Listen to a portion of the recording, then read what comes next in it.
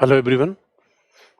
पंचायती राज में हमने एक पार्ट आपको बताया था किस तरीके से राजनीतिक विकेंद्रीकरण हुआ और वास्तविक रूप में पंचायती राज का मूल उद्देश्य था गांधी के ग्राम स्वराज्य की संकल्पना को साकार करना। यहाँ पर एक एग्जाम्पल आपको बता दें कैसे हम पुराने बातों को वर्तमान से जोड़ देते हैं। लक्ष्मीमल सिंघवी समिति जिन्हें जो अपनी रिपोर्ट दिया था, तो लक्ष्मीमल सिंघवी समिति ने कहा था कि पंचायती राज केवल प्रशासनिक सुविधा का मामला नहीं है, यानी पंचायती राज ग्राम स्वराज्य की धारणा है। और जब ग्राम स्वराज्य की बात करते हैं तो इसका मतलब है गांधी का एक आत्मनिर्भर जो गांव की संकल्पना थी। गांधी के गांव में गांव कैसा होना चाहिए, जहाँ शिक्षा की व्यवस्था हो, जहाँ सफाई हो, जहाँ लघु उद्योग कुटीर उद्योग हो और जहाँ पे स्वच्छता भी हो और जहाँ ग्रामीण जनता का न केवल भौतिक आवश्यकताओं की पूर्ति हो बल्कि उनके नैतिक उत्थान भी हो। ऐसा ग्राम स्वराज्य का विचार गांधी का था। जो पंचायती राज इस व्यापक उद्देश्य के लिए लागू थी, जहां भारत में प्रत्यक्ष लोकतंत्र लाया जाए, ग्राम स्वराज्य लाया जाए और दल विहीन लोकतंत्र की स्थापना की जाए। यानी पंचायती राज का मतलब ये नहीं था केवल प्रशासनिक विकेंद्रीकरण कर देना। तो फिर आप सवाल पूछेंगे कि प्रशासनिक विकेंद्रीकरण और राजनीतिक विकेंद्रीकरण में क्या फ़र्क है? तो इसका एग्जाम्पल आपको बता दें, इसलिए हम दूसरा सेक्शन देखेंगे पंचायती राज में प्रशासनिक विकेंद्रीकरण। इसके साथ ये भी आपको याद दिला दें, कई लोग जब एक टॉपिक के बाद हम दूसरा टॉपिक स्टार्ट करते हैं तो कई लोग सोचते हैं कि उस सिलेबस को देखते हैं बहुत सारे टॉपिक छूट गए। याद रखिए, हम सब टॉपिक आपको बताएंगे लेकिन क्रमिकता खुद तय करेंगे। हम उस क्रमिकता से नहीं चलते जैसे सिलेबस में लिखा गया है। भाई यही तो विषय की समझ है कि विषय में कैसे हम समझ विकसित करें, कौन से टॉपिक ज़्यादा इम्पोर्टेंट है।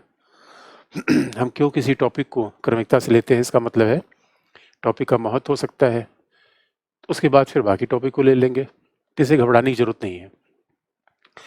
अब अगर हम देखें कि प्रशासनिक विकेंद्रीकरण कैसे होता है और कैसे पंचायती राज ने प्रशासनिक विकेंद्रीकरण किया, तो अगर पंचायती राज के आर्टिकल्स आप देखेंगे तो आर्टिकल्स में शब्दों का प्रयोग नहीं है। और पंचायती राज के आर्टिकल्स में आप देखेंगे तो उसमें ग्राम सभा की बात है, 3 स्तर के पंचायत की बात है, लेकिन उसमें कॉन्सेप्ट की बात नहीं है कि राजनीति सहभागी लोकतंत्र, प्रत्यक्ष लोकतंत्र। और यही पढ़ने का तरीका है कि हम कैसे फैक्ट से कॉन्सेप्ट की तरफ जाते हैं। और इसका इससे भी प्रमाणित होता है कि संविधान केवल वैधानिक दस्तावेज नहीं है, ये अपने आप में एक ऐसा दस्तावेज है जो तमाम राजनीतिक विचारधाराओं का समावेश है, जिसमें उदारवादी विचारधारा है, गांधीवादी विचारधारा है, समाजवादी विचारधारा है। तो संविधान को हम केवल तथ्यों का संग्रह, अनुच्छेद का भाग मान के नहीं चलते। अब अगर हम देखें कि किस तरीके से प्रशासनिक विकेंद्रीकरण हुआ, कैसे एडमिनिस्ट्रेटिव डिसेंट्रलाइजेशन हुआ, तो प्रशासनिक विकेंद्रीकरण आप याद रखिए, जब हम पॉलिटिकल डिसेंट्रलाइजेशन करते हैं तो प्रशासनिक विकेंद्रीकरण भी हो सकता है। लेकिन प्रशासनिक विकेंद्रीकरण का ये मतलब नहीं है कि उसमें राजनीतिक विकेंद्रीकरण भी हो जाए। और प्रशासनिक विकेंद्रीकरण जहाँ तक बात होती है वो तो निजी कंपनी का भी हो सकता है। और प्रशासनिक विकेंद्रीकरण का उद्देश्य क्या होता है कि निर्णय ज़्यादा त्वरित हो जाए, निर्णय ज़्यादा कुशल हो जाए, सेवाएं ज़्यादा प्रभावी हो जाए। जैसे कि कोई निजी कंपनी है, उसने कहीं पे 10 आउटलेट खोल रखे हैं, तो उसने पूरे शहर में अगर 25 आउटलेट खोल दिया, तो ये क्या है कि उसके सेवाओं का विकेंद्रीकरण हो गया, ज़्यादा सेवाएं त्वरित हो गई, फास्ट हो गई। लेकिन प्रशासनिक विकेंद्रीकरण में जनता की सहभागिता सुनिश्चित हुई, ये तय नहीं हुआ। जैसे कि आप देखेंगे कि हमारे यहाँ केंद्रीकरण क्यों है, क्योंकि जनपद के प्रशासन की बात की जाए तो वहाँ पे जिलाधिकारी की शक्तियाँ बहुत ज़्यादा है, तो ये तो केंद्रीकरण का एग्जाम्पल है। तो जिलाधिकारी की शक्तियों को कम किया जाए, उसके लिए हमें अन्य प्रशासनिक अधिकारियों का प्रावधान करना पड़ेगा। जैसे कि ये पंचायती राज है और पंचायती राज में जब प्रशासनिक अधिकारियों को देखिए, ग्राम स्तर पे सबसे निम्न स्तर पर, या आधार, निम्न के बजाय कहा जाए आधारभूत स्तर, ज़्यादा अच्छा तरीका है बजाय कि निम्न स्तर कहा जाए, क्योंकि यहाँ पे अब इस बात को संसदीय लोकतंत्र से जोड़ के देखिए तो हमारी पूरी डेमोक्रेसी में स्थायी कार्यपालिका और अस्थायी कार्यपालिका का सम्मिश्रण चलता है, टॉप से लेके बॉटम तक। जैसे हमारे यहाँ प्रधानमंत्री अस्थायी कार्यपालिका है, उनके प्रिंसिपल सेक्रेटरी स्थायी कार्यपालिका है, प्रधानमंत्री अस्थायी कार्यपालिका है, कैबिनेट सचिव स्थायी कार्यपालिका है, यानी नीचे से लेके ऊपर तक ये कॉम्बिनेशन चलता है स्थायी और अस्थायी कार्यपालिका का। और आप याद रखिए इन दोनों का समन्वय ही प्रशासन को बेहतर बनाता है। अगर हम ये सोचें केवल प्रशासनिक अधिकारी शासन कर लेंगे तो समस्या आती है कि प्रशासनिक अधिकारी चूंकि उन्हें कार्यकाल का स्थायित्व मिलता है, इसलिए कई बार प्रशासनिक अधिकारी बिल्कुल निश्चिंत हो जाते हैं और कई बार उनकी जवाबदेही सुनिश्चित नहीं होती। और जो राजनीतिक नेतृत्व होता है वो जवाबदेही सुनिश्चित करता है क्योंकि वो जनता से निर्वाचित होकर आता है। जो राजनीतिक नेतृत्व है वो हर 5 साल में बदलेगा, इसलिए वो स्वाभाविक रूप में जनता की इच्छाओं आकांक्षाओं के प्रति ज़्यादा जागरूक होता है। इसीलिए हमारी लोकतांत्रिक व्यवस्था में स्थायी कार्यपालिका के ऊपर किसको रखा गया है? अस्थायी कार्यपालिका। तो पंचायती राज में भी कार्यपालिका, स्थायी कार्यपालिका और अस्थायी कार्यपालिका का संबंध देखा जाए तो यहाँ पे कौन है? ग्राम प्रधान, गांव के स्तर पर। और उसको यहाँ जो 2 प्रशासनिक पदाधिकारी होते हैं, भूमि प्रबंध का मूल जिम्मेदारी, भूमि प्रबंध की जिम्मेदारी जो दी जाती है वो है गांव का सबसे आधारभूत अधिकारी है, वो है लेखपाल।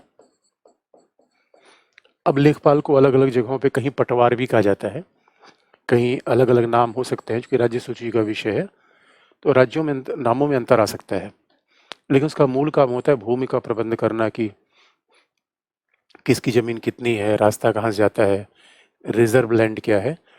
और दूसरा है ग्राम विकास अधिकारी, ये है VDO, BDO नहीं, एक होता है BDO, दूसरा होता है VDO, ग्राम विकास अधिकारी, विलेज डेवलपमेंट ऑफिसर, जिसे कई जगह ग्राम सचिव के रूप में भी कहा जाता है। जो ग्राम सचिव होता है, ग्राम सचिव या ग्राम विकास अधिकारी का और ग्राम प्रधान का एक संयुक्त खाता होता है। जो ग्राम प्रधान है और ग्राम विकास अधिकारी है, इसका एक ज्वाइंट अकाउंट होता है और इस ज्वाइंट अकाउंट के द्वारा समूचे गांव के विकास को सुनिश्चित किया जाता है। समूचा गांव का विकास सुनिश्चित होगा। और खास बात है, दोनों के ज्वाइंट अकाउंट होने का मतलब है पंचायती राज में केवल प्रशासनिक विकेंद्रीकरण नहीं किया गया है, उससे भी बढ़कर वित्तीय विकेंद्रीकरण किया गया है, लेकिन उसको हम बाद में देख लेंगे। बस ये संकेत आपको दे दें कि 73rd अमेंडमेंट के पहले पंचायतें थी, लेकिन उसके पहले पंचायतें कैसी थी? वो ज़्यादातर पे गांव का प्रधान होना एक सम्मान का पद था, एक सांकेतिक महत्व का पद था। लेकिन आज तो प्रधान होने का मतलब होता है कि एक प्रधान के अकाउंट में कम से कम साल भर में 1 से 2 करोड़ रुपए आते हैं। तो यहाँ पे तो एक वित्तीय विकेंद्रीकरण हुआ है। अब ये दोनों लोग मिलकर गांव का विकास करेंगे। अब यही तो है कि अगर आपको याद होगा, बलवंत राय मेहता कमेटी ने क्या कहा था, इसका मतलब पंचायती राज ने बदला क्या? अगर पंचायती राज न होता तो गांव के विकास की सारी जिम्मेदारी किसकी? ग्राम विकास अधिकारी की। अगर ग्राम विकास अधिकारी की सारी जिम्मेदारी होगी तो निश्चित तौर पर फिर वो कहीं उत्तरदायी तो है नहीं गांव के प्रति। लेकिन अब ग्राम प्रधान की भूमिका आ गई तो निश्चित तौर पर इसमें जन सहभागिता आ गई, ग्राम सभा की भूमिका आने से जन सहभागिता आ गई। इसलिए कहा जाता है कि नौकरशाही में एक बड़ा बदलाव हो रहा है, न केवल शक्तियां विकेंद्रित की गई हैं बल्कि उसमें जन प्रतिनिधियों की भूमिका को बढ़ाया गया है, और ये तो डेमोक्रेसी की सबसे खास बात है। उसके ऊपर आप देखेंगे जो उसके ऊपर पदाधिकारी हैं, वो अगर ब्लॉक के स्तर पर देखा जाए, खंड के स्तर पर देखा जाए, तहसील के स्तर पर देखा जाए तो एक नायब तहसीलदार होता है जो भूमि का प्रबंध करता है। उसके बाद एक BDO होता है, ब्लॉक डेवलपमेंट ऑफिसर होता है, एक खंड विकास अधिकारी होता है। कई जगह BDO को SDM के रूप में भी व्यक्त किया जाता है, क्योंकि राज्य के प्रशासन अलग अलग जगहों पे होते हैं। और यहाँ पे खंड विकास परिषद का अध्यक्ष, जो जनता के द्वारा निर्वाचित एक जनप्रतिनिधि है, खंड विकास परिषद का अध्यक्ष।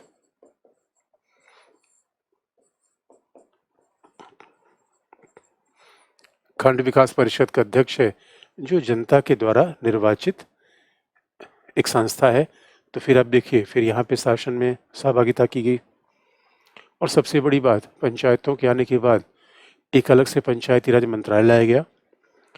और पंचायती राज मंत्रालय के साथ, क्योंकि हमारे यहाँ पूरे विकास की जिम्मेदारी तो डिस्ट्रिक्ट मजिस्ट्रेट की है, और प्रशासनिक विकेंद्रीकरण कैसे किया गया, पहली बार एक पंचायत राज अधिकारी यानी डिस्ट्रिक्ट पंचायत राज अधिकारी, जनपद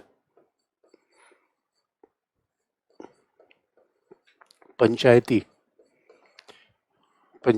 राज अधिकारी का प्रावधान किया गया, DPRO।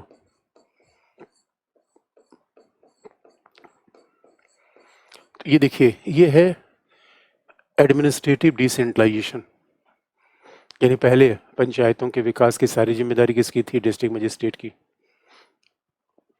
पंचायतों के विकास की सारी जिम्मेदारी किसकी थी, या कह लीजिए कि चीफ डेवलपमेंट ऑफिसर CDO। तो ये दोनों प्रशासनिक अधिकारी होते थे। और यही तो बलवंत राय मेहता कमेटी ने कहा था कि सामुदायिक विकास कार्यक्रम फेल क्यों हो गया, क्योंकि जिस आम जनता का विकास आप करना चाहते हैं उसकी सहभागिता ही नहीं है। और आप कह रहे हैं कि विकास हो जाएगा। और पंचायती राज ने क्या किया, गांव के विकास के लिए आम जनता की सहभागिता को आगे बढ़ा दिया। और यहाँ पे सबसे ऊपर जो जनप्रतिनिधि होता है वो है जनपद पंचायत का अध्यक्ष। तो पंचायती राज ने इस तरीके से जनप्रतिनिधियों की भूमिका को विकास में केंद्रीय बना दिया, जनता की सहभागिता को बढ़ावा दे दिया। पंचायती राज ने जनप्रतिनिधियों की भूमिका को बढ़ाया, जनता की सहभागिता को आगे बढ़ा दिया। पंचायती राज ने एक नई नौकरशाही का निर्माण किया, यानी पंचायती राज का ये मतलब नहीं है कि नौकरशाही रहेगी ही नहीं, ब्यूरोक्रेसी रहेगी ही नहीं, क्योंकि अब सामान्यतः देखिए, हमारे लोकतंत्र और नौकरशाही, अगर शाब्दिक बात करें, अगर कॉन्सेप्चुअल मुद्दा उठाएं, तो एक तरफ है ब्यूरोक्रेसी, दूसरी तरफ है डेमोक्रेसी। शाब्दिक रूप में दोनों शब्दों का विरोधाभास आता है, क्योंकि ब्यूरोक्रेसी का मतलब है नियम, किसी शासन, मेज का शासन, जबकि डेमोक्रेसी का मतलब है लोगों का शासन, जनता का शासन। तो सैद्धांतिक रूप में देखेंगे दोनों आपस में टकराते हैं कि भाई एक तरफ जनता का शासन है, दूसरी तरफ अधिकारियों का शासन है। जब ब्यूरोक्रेसी शब्द का प्रयोग विंसेंट डी गोर्नी ने पहली बार किया था, तो उनका मतलब क्या था कि नियम का शासन होगा, मेज का शासन होगा। तो आप कहेंगे मेज का शासन कैसे होता है, इसका मतलब जो भी इस मेज पे बैठेगा, अब मेज पे कौन बैठता है, प्रशासनिक अधिकारी, तो उनके काम करने के एक लिखित नियम कानून है, उसी से वो बधा रहेगा। और यहाँ तो जनता के प्रतिनिधि हैं जो अलग तरीके से काम करते हैं। इसलिए आज के दौर में कहा जाता है कि पंचायती राज नहीं है, गुड गवर्नेंस का पार्ट है। अब कहेंगे गुड गवर्नेंस कैसे है, क्योंकि पंचायती राज क्या आगे बढ़ा रहा है, सुशासन के मूल लक्षणों को बताया, उससे पंचायती राज को जोड़ दें। तो पंचायती राज गुड गवर्नेंस कैसे आगे बढ़ाता है, देखिए गुड गवर्नेंस का लक्षण क्या है, विकेंद्रीकरण, डिसेंट्रलाइजेशन। और जरा सोच के देखिए, ये विकेंद्रीय प्रशासन का विकेंद्रीकरण ही तो है। अब गांव में किसको उज्ज्वला योजना दिया जाए, ये कौन तय कर रहा है, ग्राम सभा। यही तो डिसेंट्रलाइजेशन है। गांव के यानी ग्राम सभाएं तय कर रही है कि गांव में कहाँ पे तालाब खुदवाना है, किसको मनरेगा का पैसा देना है, PDS में, पब्लिक डिस्ट्रीब्यूशन में, यानी जो जिसे आम भाषा में गांव में कोटेदारी कहते हैं, सार्वजनिक वितरण प्रणाली का ठेका किसको दिया जाए, ये सब ग्राम सभा तय कर रही है। तो यही तो डिसेंट्रलाइजेशन है। इसका मतलब पंचायती राज ना होता तो गांव के सारे विकास के निर्णय कौन लेता? या तो जनपद, या तो लखनऊ से लिया जाता, या दिल्ली से। और इतना ही नहीं, हमारे यहाँ कहा जाता है कि पंचायती राज आने के पहले जो गांव के विकास की मूल संस्था थी उसका नाम है DRDA, district rural development agency, जनपद ग्रामीण विकास एजेंसी। तो DRDA की स्थापना भारत में 1960 के दशक में की गई, जिसका काम था गरीबी निवारण, जिसका काम था गांव के विकास को आगे ले जाना, गरीबी निवारण। ये पूरा दायित्व दिया गया था DRDA का, डिस्ट्रिक्ट रूरल डेवलपमेंट एजेंसी, और ये प्रशासनिक अधिकारियों की संस्था थी। लेकिन पंचायती राज ने इसके बजाय अब गांव के विकास के लिए नई संस्था आ गई, DPC, जनपद नियोजन समिति। और जनपद नियोजन समिति में एक तरफ प्रशासनिक अधिकारी भी हैं, दूसरी तरफ निर्वाचित प्रतिनिधि भी हैं। प्रशासनिक अधिकारी और निर्वाचित प्रतिनिधियों दोनों के समावेश से जो संस्था बन रही है वो है जनपद नियोजन समिति। इसलिए पहला पंचायती राज क्या स्थापित कर रहा है? विकेंद्रीकरण। और यही लिखने का तरीका है कि एक तो कॉन्सेप्ट क्लियर होना चाहिए कि गुड गवर्नेंस का पार्ट क्या है, और सवाल है गुड गवर्नेंस और पंचायती राज को एक साथ जोड़ के आप नहीं लिखेंगे तो बात फिर अधूरी हो जाएगी। कि गुड गवर्नेंस एक ऐसा शब्द है जो कहीं भी हम यूज कर सकते हैं। तो सवाल है पंचायती राज के वो कौन से एलिमेंट है जो गुड गवर्नेंस से जुड़ते हैं। ये बात महत्वपूर्ण है, इसलिए विकेंद्रीकरण किया जाए, पहला। दूसरी बात है, और हमने एग्जाम्पल बता दिया, ग्राम सभा से विकेंद्रीकरण हमने किया। दूसरी बात है पंचायती राज गुड गवर्नेंस का उत्तरदायी शासन, उत्तरदायी शासन, सहभागी शासन। और यहाँ पे आप देख रहे हैं सहभागी तो है। जब हम सहभागी शासन की बात करते हैं, पार्टिसिपेटिव गवर्नेंस की बात करते हैं, तो यहाँ पे देखिए नौकरशाही के कार्य प्रणाली में लोकतंत्र ने बड़ा परिवर्तन किया। अंग्रेजों के समय प्रशासनिक तंत्र ही था। अंग्रेजों के समय प्रशासनिक तंत्र का मूल ढांचा क्या था? राजस्व वसूलना। अंग्रेजों के जमाने के जेलर जो हुआ करते थे वो मूल काम क्या करते थे? पैसा वसूल लिया, राजस्व वसूल लिया। यानी कुल मिला के जो नौकरशाही थी वो नियंत्रणकारी ज्यादा थी। नियंत्रणकारी का मतलब है विधि व्यवस्था बनाए रखना, पैसा वसूलते रहना। आम जनता की भलाई और सशक्तिकरण का दायित्व तो उस पर था ही नहीं।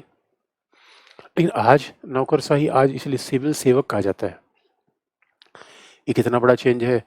तो सवाल है कि नाम से ही चेंज हो रहा है या अप्रोच ही बदल रहा है? अप्रोच ही बदल रहा है, क्योंकि पहले क्या होता था, अंग्रेजों के ज़माने में जो नौकरशाही में मिली हुई थी उसमें अधिकारी होने का मतलब क्या था? हमेशा निर्देश देना, आदेश देना। यानी नौकरशाही जो सिविल सेवक थे आदेशात्मक था, निर्देशात्मक था। आज कैसा है? सहभागी है। दोनों बातों में फर्क होता है। यानी पहले क्या होता था कि डीएम आदेश देता था गांव के विकास के लिए सड़क बना दी जाए। आज डिस्ट्रिक्ट मजिस्ट्रेट खुद पूछता है जनपद पंचायत से, जनपद नियोजन समिति से, ग्राम सभा से कि बताइए, आप बताइए आपके गांव का विकास कैसे होगा। हम आपकी बात को लागू करने के लिए हैं, हम आपकी बात को सप्लीमेंट करने के लिए हैं, हम आदेश देने के लिए नहीं है। कितना बड़ा फर्क आया। पहले ही होता था कि जिलाधिकारी ये बताएगा गांव में कौन सा कुआं खुदा है, सड़क कहाँ से जानी है, बिजली खंभा कहाँ लगेगा। आज ये सारा काम किसको दे दिया गया है? भाई आप ग्राम सभा, ग्राम प्रधान, ये सब मिलकर तय करिए।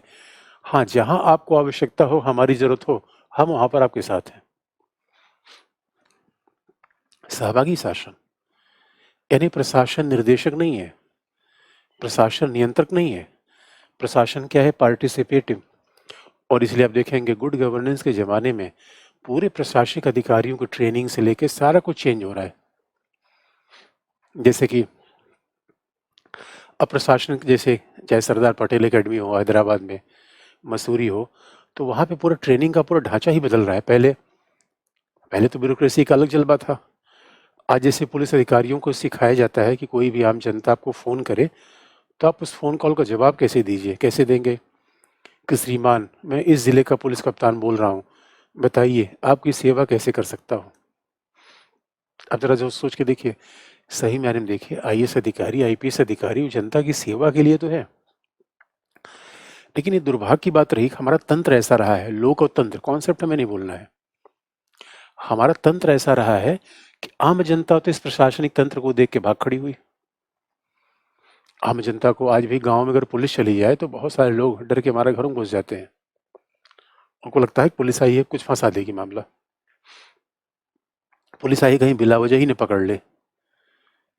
तो ये जो डर है, अब सवाल ये है, सिद्धांत तो ये कहता है कि पूरा तंत्र हमारी सेवा के लिए है, और आम जनता से, तंत्र से आम जनता डरने लगे, फिर तो कहीं न कहीं गड़बड़ है। इसीलिए जो हमने पार्टिसिपेटिव, इसका मतलब इसलिए तो आजकल के sir PPP, public private participation, और अगला पीपल्स पार्टिसिपेशन। इसलिए मैंने पहले बताया था, चाहे वो आज आप देखेंगे जल संरक्षण एक बहुत बड़ा टास्क बना हुआ है, और आप याद रखिए जल संरक्षण के बारे में हमेशा याद रखिए पीटी में इससे महत्वपूर्ण सवाल हो सकते हैं, क्योंकि सरकार की प्रायोरिटी है, सरकार की पॉलिसी की प्रायोरिटी है कैसे हम वाटर रिजर्व करें। तो इसमें सब सहभागी, बिना जनता के सहभागिता के, अब कितने एग्जाम्पल हमने बताया, आपने कहा कि भाई गांव साफ रखना है, जनता करी हम गंदगी के पैदा करेंगे, कुछ नहीं कर सकते आप। यानी एक प्रशासन का अधिकारी आके सब कुछ कर जाएगा ऐसा नहीं है। दूसरी बात, लोकतंत्र में चूंकि मालिक तो हम हैं, तो हम 5 साल में एक बार वोट दें, ये लोकतंत्र का तो नकारात्मक मतलब है। अरे हमारा संसाधन है, पैसा हमारा है, हम उसके मालिक हैं, तो हमें सतत जागरूक रहना पड़ेगा, हमें सतत अपने गांव के विकास के लिए काम करना पड़ेगा। और आज तो आप देखेंगे सहभागिता, ये इस स्तर की सहभागिता है, यहाँ सहभागिता हो गई, सहभागी शासन। तो आज तो आप देखेंगे विकास के हर काम में जनता की सहभागिता ली जाती है, और सहभागिता जहाँ होगी वहाँ उत्तरदायित्व तो अपने आप बढ़ जाएगा। तो यही तो गुड गवर्नेंस का मतलब है। और फिर इसमें क्या हो रही है, पारदर्शिता, ट्रांसपेरेंसी भी आ रही है। और जब भी निर्णय, याद रखिए, विकेंद्रित होगा, त्वरित होगा। अब गांव पे कोई काम करना है, दिल्ली से आप संदेश ला रहे हैं, तो संदेश लाने में ही महीनों बीत जाएंगे। अब गांव में कोई घटना हुई तो उसका तत्काल समाधान किया जाए। और पारदर्शिता, ट्रांसपेरेंसी का मतलब क्या होता है, पंचायती राज ने सोशल ऑडिटिंग का भी प्रावधान कर दिया है। अब देखिए कैसे चीजों को जोड़ते हैं, अब जरा सोच के देखिए, राइट टू इन्फॉर्मेशन, अगर पंचायती राज को आप लिख रहे हैं, और यही मेंस में लिखने का तरीका होता है, क्या पंचायती राज पे है तो पूरे कॉन्टेक्स्ट आप मत भूलिए, संघीय शासन, संसदीय शासन। भाई जिस देश में हम बात कर रहे हैं ऐसा तो नहीं पंचायती राज से नौकरशाही अलग है। पहला, पंचायती राज है तो राइट टू इन्फॉर्मेशन भी तो है, सूचना का अधिकार है। सूचना का अधिकार अब तो एक हमारा महत्वपूर्ण वैधानिक अधिकार बन गया है। और इसका मतलब है सूचना हमें क्यों चाहिए, क्योंकि भाई हम मालिक हैं शासन के, तो उत्तरदायित्व तो बिना सूचना कैसी होगी। और हैरानी की बात यह है कि जिस सूचना के अधिकार का प्रावधान जो हमारे पास आया, उसका भी इतिहास पंचायती राज से जुड़ा हुआ है। एक संगठन MKSS, मजदूर किसान शक्ति संगठन, जिसका उल्लेख हम सामाजिक आंदोलन में भी करते हैं, मजदूर किसान शक्ति संगठन, अरुणा रॉय जो रिटायर्ड IAS ऑफिसर हैं, वो इस संगठन को चलाने वाली महिला हैं। तो ये माना जाता है कि MKSS का मूल काम और परिवर्तन, जिसकी स्थापना अरविंद केजरीवाल लोगों ने की थी, तो MKSS परिवर्तन, और खासतौर पर MKSS ने पहली बार राजस्थान की ग्राम सभाओं ने एक बात कही, MKSS ने कहा कि भाई आप ये बताइए कि आपके पास जो भी जनपद में पैसा आता है, अब ये घटना तब जब 73rd अमेंडमेंट लागू हो गया, 73rd अमेंडमेंट लागू हो गया तो पंचायतों को पैसा मिलना शुरू हुआ। दुर्भाग्य की बात यह है कि अभी ग्रामीण जनता को पता ही नहीं होता कि हमारे पास क्या स्कीम है, कितने पैसे आते हैं। और कई बार तो हमारी जनता इतनी भोली भाली है कि वो सोचते कोई बात नहीं है, कोई गरीब आदमी प्रधान बन गया वही खा पी ले, एक बार वो थोड़ा कंडीशन ठीक हो जाएगी, फिर अगला आदमी होगा, तो 200-300 सालों में ऐसे ऐसे गांव का एक एक आदमी प्रधान हो ही जाएगा। तो जबकि वास्तविकता है कि MKSS ने पूछा, भाई ये बताओ कितने पैसे लाते हो, किस मद के लिए अपने पैसा खर्च किया, मैं आंकड़ा तो दो। तो अधिकारियों ने आंकड़े बताने से मना कर दिया। अधिकारियों ने कहा नहीं नहीं भाई, ये तो हमारा विशेषाधिकार है। इसी बात पे MKSS ने पूरा आंदोलन किया और बाद में ये मामला उच्चतम न्यायालय तक पहुंचा और उच्चतम न्यायालय के निर्णय के परिणाम स्वरूप सरकार को अंततः विधि बनानी पड़ी और आज राइट टू इंफॉर्मेशन एक वैधानिक अधिकार बन चुका हुआ है, एक लीगल राइट है। यानी आज हम सरकार की किसी भी योजना के बारे में पूछ सकते हैं। और इतना ही नहीं, इसी का परिणाम है कि शायद आपने नोटिस किया होगा, अगर अपने गांव के स्कूल पे जाइए तो वहाँ लिखा होता है कि मंगलवार से शनिवार तक क्या क्या खाना बनेगा, क्या क्या आइटम होंगे खाने के। और फिर मंगलवार से शनिवार तक खाना ही नहीं बने रहेगा, बल्कि अब ये सब चीज़ें तो लिखी नहीं जा रही हैं। जरा सोच के देखिए, गांव के प्रधान को तो पूरे गांव को बता देना चाहिए, भाई ये स्कीम आई है, इतना पैसा मिला है। ये प्रधान के लिए एक तरीके से मैंडेटरी होना चाहिए और तकनीक रूप में देखा जाए है भी। अब ग्राम सभा को ये सारी बात बतानी चाहिए। ग्राम सभा की बैठक हो, उसे पूरी गांव को बताया जाए कि भाई ये स्कीम आई है, इसमें इतना पैसा है। लेकिन दुर्भाग्य की बात है कि गांव के प्रधान कोई बताता नहीं, उसका नकारात्मक पक्ष है और न जनता उतना पूछने में इच्छुक रखती है। हाँ, जनता को अलग अलग लोगों की अलग अलग कीमत है, किसी को 100 रुपये मिल गया, 200 400, तो प्रधान वैसे वैसे खुश कर लेता है। अदरवाइज यकीन मानिए, पंचायती राज तो बिल्कुल रेवोल्यूशन पैदा कर रहा है। डेमोक्रेसी में शायद ही इससे कोई कारगर मामला होगा। अब देखिए, एक तरफ हमें राइट टू इन्फॉर्मेशन एक्ट मिल गया, यानी राइट टू इन्फॉर्मेशन एक पंचायती राज से नहीं मिला, बल्कि पंचायती राज के कारण वो मिल गया हमें।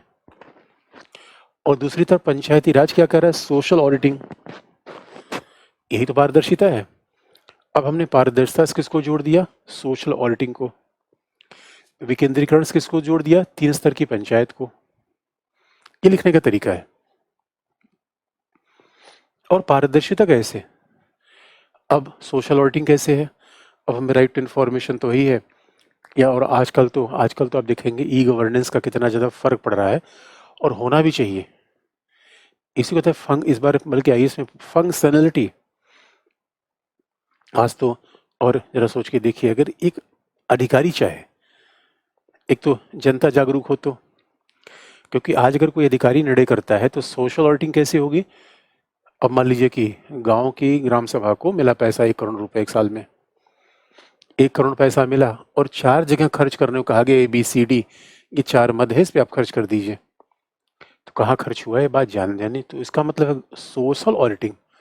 अच्छा, लेखांकन का मतलब है कि लेखांकन तो एक्सपर्ट करता है, जैसे CAG हमारी एक संस्था है, लेकिन यहाँ पूरा गांव आम आदमी मिलके लेखा परीक्षण करेगा, लेखांकन करेगा, ऑडिटिंग करेगा।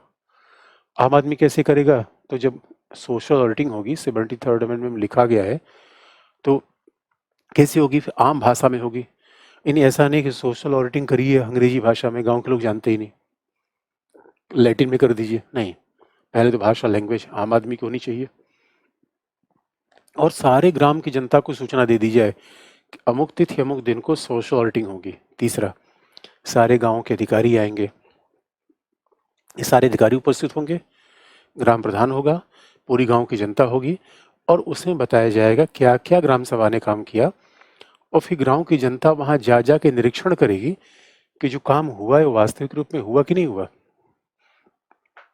कि पेपर पे तालाब खुद गया और तालाब तो वास्तविक रूप में खुदा ही नहीं। तो ये है सोशल ऑडिटिंग का विचार। इससे अपने आप शासन में पारदर्शिता बढ़ेगी और शासन में पारदर्शिता बढ़ेगी, इसी से जनता शक्तिशाली होगी।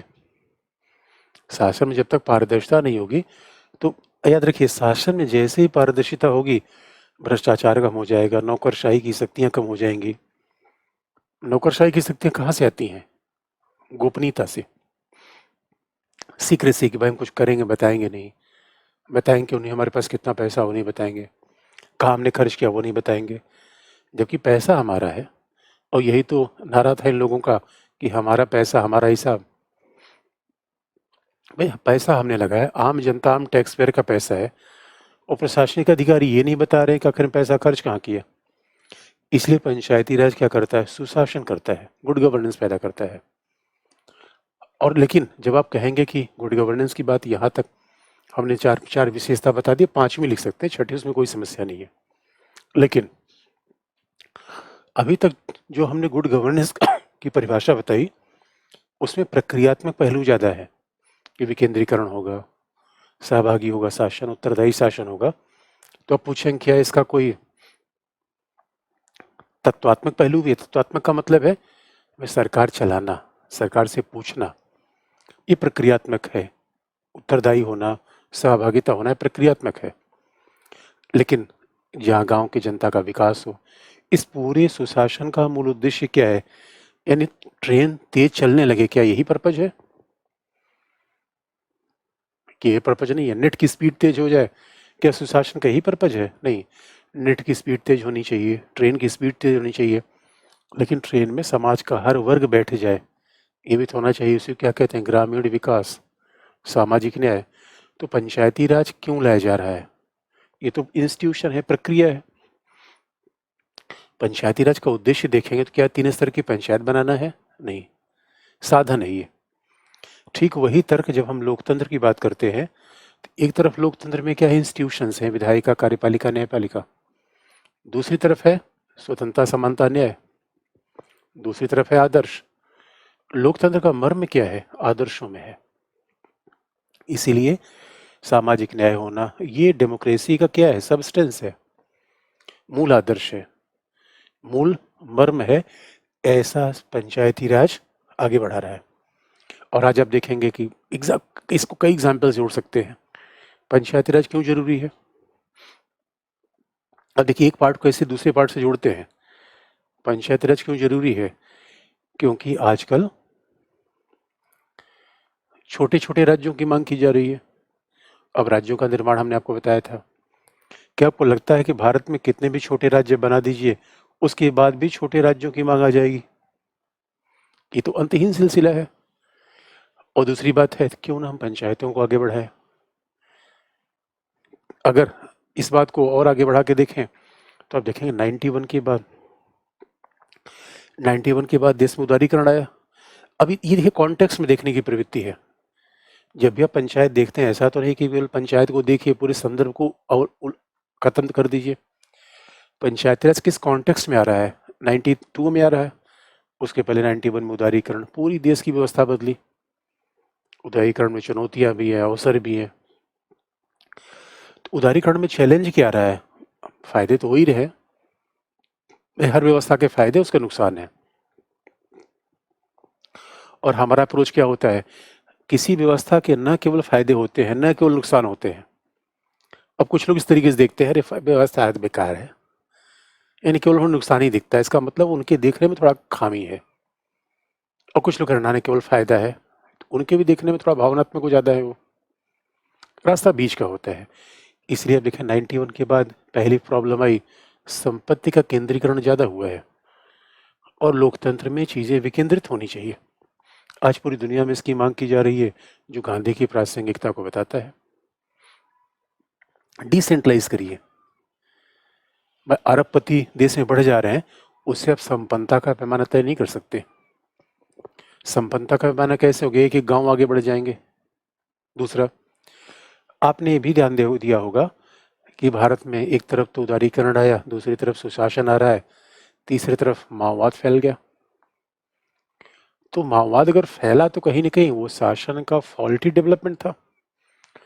देखिए, डेवलपमेंट के फॉल्टी मॉडल थे, यानी कहीं ना कहीं जो हम विकास के मॉडल अपना रहे हैं उसमें ही कहीं विसंगतियां रह गई हैं, तभी तो ऐसा हो रहा है। इसलिए हम ये करके पल्ला नहीं झाड़ सकते कि कहीं नक्सलवाद है, माओवाद है, तो वो तो देश के दुश्मन है, वो मतलब ऐसे ही केवल आर्म्स गैंग है। कहीं न कहीं हमारी सामाजिक व्यवस्था के वो परिणाम है। कहीं न कहीं हमारे विकास के कहीं विकृत मॉडल आ गए। भाई, जो विकास का फ़ायदा आम जनता तक नहीं पहुँचेगा और ग्रामीण जनता तक जल, जंगल और ज़मीन। भाई, माओवादियों की पूरी लड़ाई में देखिए 3 मामला था ये। उनका भाई 70 साल लोकतंत्र हो गया, आपने पता नहीं कितनी संस्थाएँ बना ली, उससे हमें डेमोक्रेसी का मतलब समझ में नहीं आया। हमें सीधा भाई, हमें जल, जंगल, ज़मीन पर हमारा स्वामित्व चाहिए। यही तो पंचायती राज है कि गाँव के संसाधनों पर, गाँव का विकास आप करेंगे। अब लेकिन कुल मिलाकर अब आदर्श तो बहुत बड़ा है, गाँव का हम विकास करेंगे, गाँव को लोग करेंगे। लेकिन जो बात किसी संविधान में नहीं लिखी जाती, डॉक्टर अम्बेडकर ने भी बात लास्ट में कही थी कि हम भारतीयों को इतना बड़ा संविधान दे रहे हैं, शासन दे रहे हैं, उनमें हम एक बात किसी को सिखा नहीं सकते, और वो है नैतिकता। और जिस देश में लोगों में नैतिकता नहीं होगी, जहाँ पे लोगों में ये नैतिक भावना नहीं होगी, उस देश का विकास फिर नहीं हो सकता। तो ये हमें बहुत ध्यान में रखने की आवश्यकता है कि आखिर में जब हमें जनता को सारी शक्तियां मिल गई और जनता ही भ्रष्ट है। भाई, भ्रष्टाचार का मतलब क्या होता है? व्यक्तिगत हितों को समुदाय के हितों से आगे रख देना, ये भ्रष्टाचार है। और उसी का परिणाम होता है भ्रष्टाचार पैसे के रूप में उसका एक पार्ट है। तो अब सवाल है, ग्राम प्रधान क्यों बनता है? ग्राम प्रधान का पूरा विचार क्या है? गांव की भलाई के लिए ग्राम प्रधान तो ऐसे आदमी होना चाहिए। इससे शायद हम एक बात उसे मिसिंग मान लेते हैं, और यही तो है संवैधानिक नैतिकता। अब कोई प्रधानमंत्री बन जाए और अपने हितों को पहले रख दे, तो फिर वो मामला ठीक नहीं होता, फिर वो मामला बिल्कुल ठीक नहीं होता।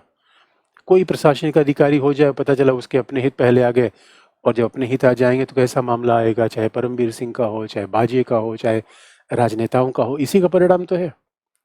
अरे भाई, शासन में आप जा रहे हैं तो अब एक सिस्टम इतना अच्छा हमने बना दिया, उस सिस्टम में काम करने वाला आम व्यक्ति है, तो जिसको हमने इतनी बड़ी जिम्मेदारी दे दी, अगर गांव का आदमी ये सब मान ले कि नहीं भाई चलो 2 रुपये हमको मिलेगा, 10 रुपये प्रधान को मिलेगा, और सब चोर चोर मौसेरे भाई, तो फिर पूरा विजन ध्वस्त हो जाता है, और यही परिणाम है।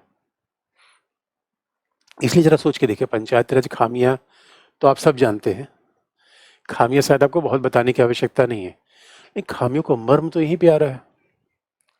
अब सवाल है कि और ये भी भ्रष्ट हैं, और सच मानिए भ्रष्टाचार यहाँ पे है। और तो कई लोग तो आलोचक कहते हैं कि अरे भाई, पंचायती राज नहीं, ये तो बस भ्रष्टाचार का लोकतांत्रिकरण है। यानी पहले भ्रष्टाचार दिल्ली लखनऊ तक था, अब तो गांव गांव तक पहुंच गया है, और ग्राम प्रधान किसी भी कीमत पे पैसा दे के खिला खिला के, और आप कहेंगे कि भाई अब आप कहें ग्राम प्रधान के खिलाफ जाइए, शिकायत करिए। शिकायत किससे करेंगे? इनसे करेंगे, डीपीआरओ करेंगे, खंड विकास अधिकारी करेंगे, ग्राम विकास अधिकारी करेंगे, कोई फर्क नहीं पड़ता, क्योंकि उनका शेयर अपने आप बधा हुआ है। कहाँ जाएंगे अब?